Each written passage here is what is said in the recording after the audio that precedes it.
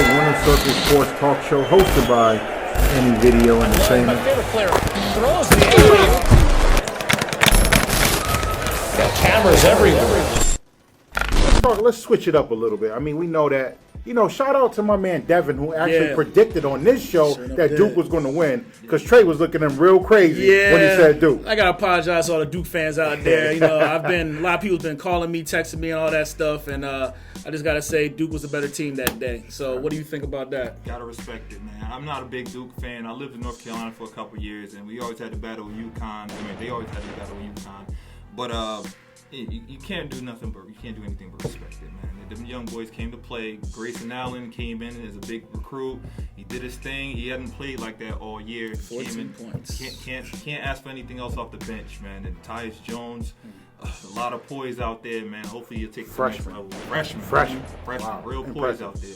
The freshman scored 37 points in the second half, which is unheard of in a basketball tournament as of the magnitude of the NCAA tournament. So I was very impressed by that. Coach K stuck with his guns, basically, and even though Winslow and Okafor were in foul trouble, he still had the fortitude to put those two freshmen in and gave them the ball to run with it. Yeah, let's talk Coach K a little bit since you brought that up. Two big players in foul trouble. Let's talk about his coaching legacy at this point. I mean, this is the first time he won the NCAA championship against a number one seed. He's in the same breath as John Wooden. I mean, he's right up there with him right now. I mean, the way he's been able to coach teams year after year after year and get the people to buy into the system. That's the biggest thing about Coach K and what he brings to the Duke program. Just to buy into the system. Because he's not like Kentucky where he gets, I mean, I'm not saying he's to get All-Americans, but he doesn't get all the All-Americans, like Kentucky does. I agree, and he gets his players to buy in, and it's not only the wins and the championships that makes him a great coach, it's the graduation rate. He gets all his players to become better men. Even when he worked with Team USA, he sends them back to the NBA season better players. What does this do for his legacy? 5 championships. He was already at the top for me, so it only makes his case stronger for one of the best. Yeah, he's solidified that. There's really Hall of Fame? Definitely. Yeah, First ballot. Okay. First ballot. I mean, we can go from, the easy button. Yeah, definitely the greatest of all time. First ballot, no question about it, man. I agree. Definitely first ballot. Good. While we're in NCAA, let's talk about the other side, the women's. UConn Huskies over Notre Dame. It seemed like it was going to be an easy favorite, but it really wasn't. It was a hell of a game. Very good game. Very, very good game. Geno, he did it again. Breanna Stewart, Mosqueda, all those girls, they did a great job with just staying together, just staying amongst each other and living in the moment. And it just shows you how the dominance of UConn. I definitely agree, man. He got big minutes out of Morgan Tuck. She played against a 6'2", freak athlete down there at post and still got games. She's a beast down low, and even when she couldn't get it off down low, she went outside on the wing, knocked down a couple of threes. But Mariah Jefferson, man, she was my MOP, but they gave it to Breanna Stewart, which she deserves. She deserved, one of the best all-around players in college. And she has one more year left. I mean, if she goes to the WNBA, I guess, she has that option right now, but I think she's going to come back and try to go for the 4P. I mean, has that ever been done? I don't think so, no. Since we're talking about championships here, Geno Auriemma, 10 NCAA championships, 15 Final Fours, 5 perfect seasons, 39 conference championships. That's a very good batting average, man. If you ask me, man, very good. You can't knock 10. His winning percentage is 87%. That's unbelievable. It's like every time you go on the court, you expect to win. And that's exactly what the motto is over there at UConn.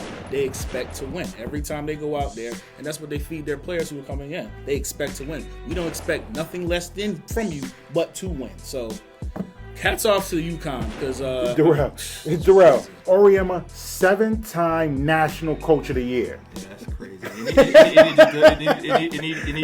does it well. He does a great job recruiting. He does a great job when the girl comes in. He gets them to buy into his system. He doesn't have them going out there playing one-on-one ball. He gets them to buy into the system, play your role, and we will win. And it goes to championships. And you see, they go to the next level, like Maya Moore and Sue Bird, and everybody else go to the next level. And well, let's talk about some of the All-Americans that he has.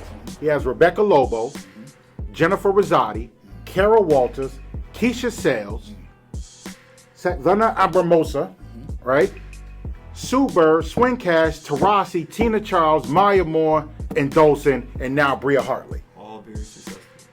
All under Geno Auriemma. The list goes on, and they're going to keep on growing because I heard they have like 3 or 4 good recruits coming in next year just to replace the seniors that are leaving this year. So they're only losing 2. 2. Oh, two. That's it. Yo, can I just jump out there and say maybe he's the greatest coach in all of sports history right now? His resume is definitely very strong, man. Trey, do you agree with me, or am I just wild? Because people might say it's women's basketball, it doesn't really count.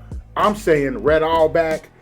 I'm saying Geno might be number 1 right now. He might be number 1 right now as we speak because it's just proven year in and year out what he's been doing. And that's crazy. No Phil Jackson, Geno Auriemma. Listen, the purists aren't going to agree with you on that one. They're not going to give Geno. Why?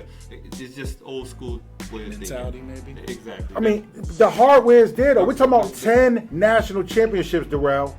I agree, but I'm telling you, 12 All-Americans. Yeah. What other coach has produced an All-American? Phil Jackson had Jordan, Kobe, Shaq, Pippen, 4 of the greatest 50 all-time players in the NBA. They still don't give Phil Jackson his credit. They still say Red Auerbach. They still say John Wooden. It's just that old school way of thinking. John Wooden is still the bar. I mean, everybody knows that. John Wooden is still the bar, but Geno has to be 1A, 1B at this point in time. I got to go with Geno. I'm going to say Geno's the greatest right now. As far as psyche, developing a program, major powerhouse. You forget, UConn used to battle with Tennessee as some of the top teams and still didn't get major recruits or respect. Now, you expect UConn to win. Matter of fact, they win so much, you kind of don't like Geno right now. I agree. You look for things in his character. He plays the villain very well. He definitely does. He definitely does. But he plays that so well that it helps the game. I think it makes it more competitive for everybody else that's involved with it because if it wasn't for that, people wouldn't even be, okay, it's Geno. We're just going to turn the TV off. We already know they're going to win. But with him, with the competitive fire and everything that he brings out, you want to see somebody beat him. Personally, I'm not going to say I don't like women's basketball, but until UConn really started whoa, wait a minute. Yeah. I got to take a little bit of notice. They got some ball players. Yeah. And I think I might have noticed it first when Keisha Sales really, when she really stepped on the court and was like, wait a minute, he got a really good program. Yeah, I think she really helped, evolve the women's game. She had a real game. Yeah, she really did. You just couldn't be tall on the court. Yeah, right. I remember in Bloomfield, on the courts over there, she used to really try to give us the business. Like she really tried to dunk on people. Yeah. Like seriously, in the summer league, she used to give the business.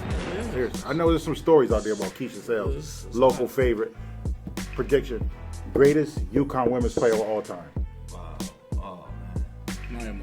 Maya Moore. Cirlce. I'm gonna go with Cirlce.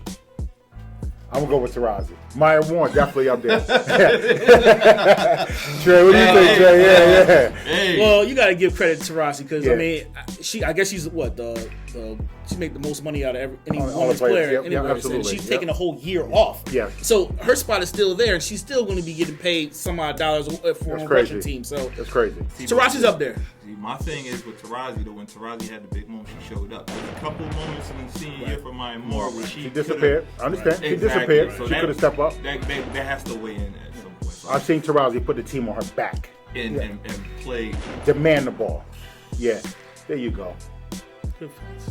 We're going to stick with the NCAA. We'll be right back. We're going to talk about the one and done rule here in college basketball. Stay tuned. Winnersz Circle Sports Cypha. The Winnersz Circle Sports Talk Show hosted by NEVIDEO Entertainment. My favorite player throws the alley-oop. Got cameras everywhere.